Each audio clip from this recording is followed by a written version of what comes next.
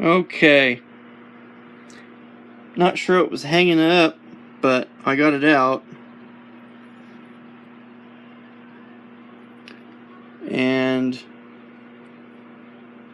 I don't know what's going on here, if something ate the insulation or what, but I'll clean this up the same way I do the motor windings. Brush it off, compressed air, mineral spirits, and then the varnish, and it should be just fine. I'll clean up the switch and those contacts there.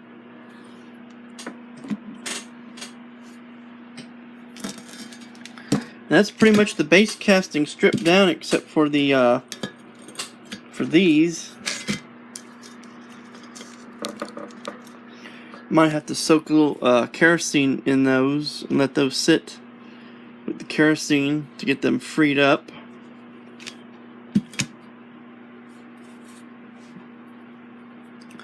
Let's take a look at the parts of the fan that will be heading for the sandblasting and powder coating. Let's review that. There's of course the base. After I get the capacitor taken off, the base plate will be sandblasted, powder coated. The motor front cover. The motor body and handle.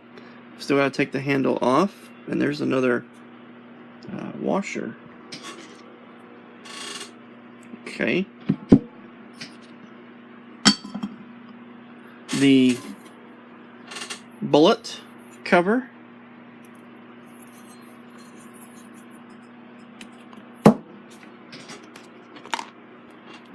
The ball joint that gets sandblasted, and just this surface here that's going to be visible gets painted, powder coated hopefully. The wing nut, that'll get sandblasted and powder coated. And then this gets sandblast only, and I'll paint that with appliance epoxy. Their gearbox will not be sandblasted or powder coated. The inside will be cleaned up, the outside will be washed. This part right here is going to be visible when the fan is assembled, so it will have to be cleaned, and I'll probably strip it chemically and clean it and repaint it. It's riveted together, and I've repaired these when they've come apart, but I've never intentionally taken one apart to repaint, and I really don't want to. And if you've wondered how this works, so there's the hole where the screw goes. And when you turn this outer case, there's a Scotch yoke arrangement that moves this out to the outer end or to the inner end, depending on which way you turn it.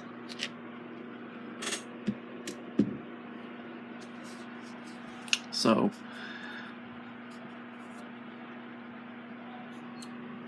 we need to take the capacitor off, we need to take the gearbox apart, and there's probably going to be some more washers inside there. But that's the fan fully disassembled, at least as far as it needs to go for powder coating and sandblasting purposes.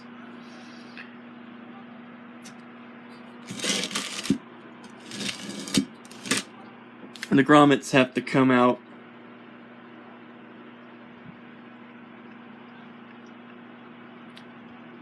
And the next thing to do will be to do all this to that fan there. Exactly the same. Reduce it to a pile of parts. And start cleaning up, start the cleaning process.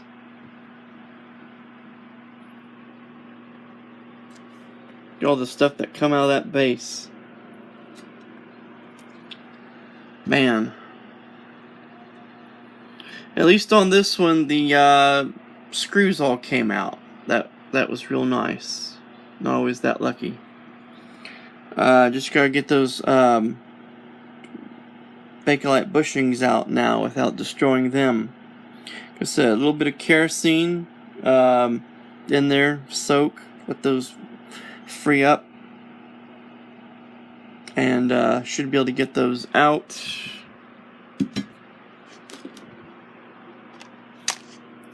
A lot of parts to clean up in here. Oh yes, the oscillator link. Yeah, that needs to be cleaned up too.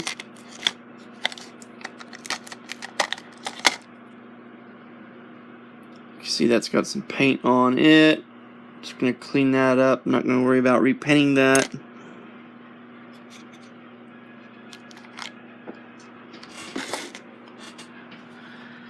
Probably do as much cleaning as I can on the motor parts. So let's look at this together and see how this works. So this is the 1/2-inch hollow stationary bearing that the rotor rotates on. And then the blades, there's a leather washer here, and then the blades screw on to this part of the rotor right here. There's a cast iron hub. You see it's a regular squirrel cage rotor of an induction motor, laminations, and then there's a cast iron hub, and then there's spiral grooving inside there.